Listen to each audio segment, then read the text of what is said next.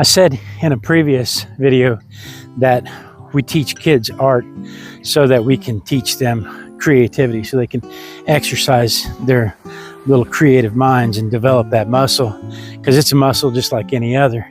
And it turns out there are a few things you can do as an adult daily to improve your creativity and apply it to whatever activities you're going to do, whether it's writing, drawing, dancing, chiropractic, whatever it might be. So here are 6 quick tips on how to improve your creativity.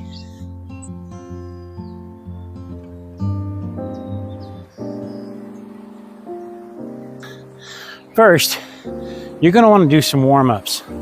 You don't just jump onto a basketball court and start running up and down the court and shooting hoops, or even get on a yoga mat and start doing downward facing dog. I mean, you might, but most people don't. Most people have to go through a series of warm-up stretches before they start, loosen their muscles up before they start. We need to do the same thing with your brain. You need to do some warm-up exercises. Scribble down some ideas. Draw some quick shapes. Move your body around in the space that you're trying to create. Type some words on the paper, just random words on the paper. Whatever you need to do, whatever the creative activity it is you're trying to do some random bits of it to get your juices flowing just a little bit.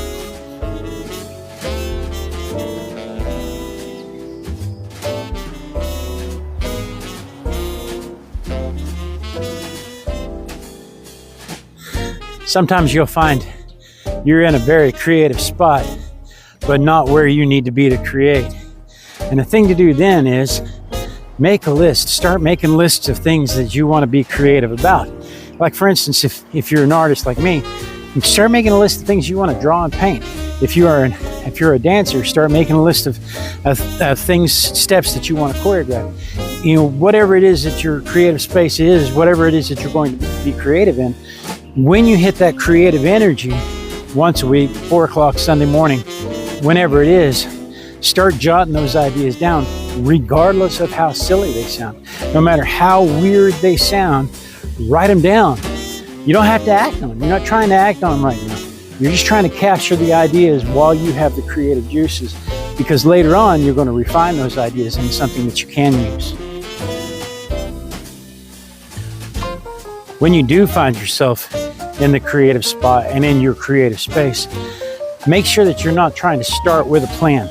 You are going to eventually have to make a plan. Yes, you're eventually going to need to know what steps to take and what the next steps to take and what the next steps to take are to bring your idea into fruition. But to get moving, to get the creativity going, you need to start with a spark, not a plan. Don't try to imagine start to finish. You can imagine finished and you can imagine start, and then we'll work on the in-between later.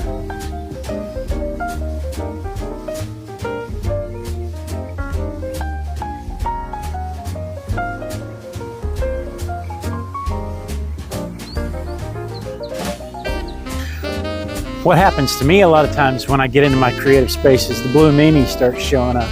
I start hearing all these negative things about how I don't have time for this, I don't have the tools for this, I don't have the skills for this, I don't have the qualifications for this. And the thing to remember at that point is that you need to stop thinking about all the reasons you can't do something, and you need to start imagining the ways you can do something.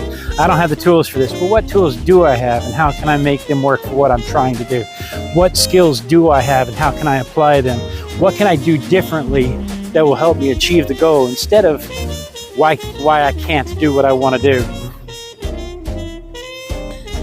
And then you need to recognize that mistakes are part of the process. Any journey where you are growing, you are going to make mistakes. You fell down the first time you tried to walk. I guarantee you got paint up your nose the first time you tried to paint. I did. You're going to make mistakes. Things are going to happen.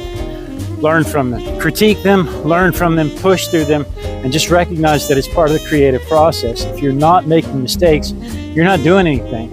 So get out there and try and make some mistakes.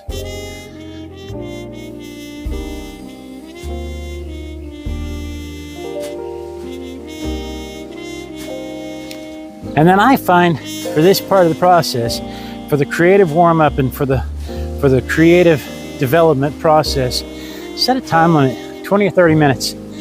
Once you hit your time limit, you're done. Sign it, hang it on the wall, be done with it. Don't sit there and try to drag it out. Don't tell yourself, I'm going to do it for 2 hours, because you're not. You're going to burn yourself out.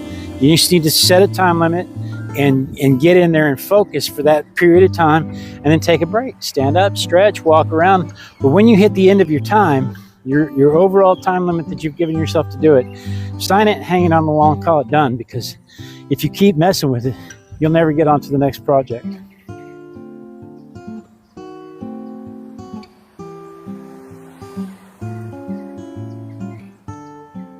Hey buddy, what you doing? You just running up a tree?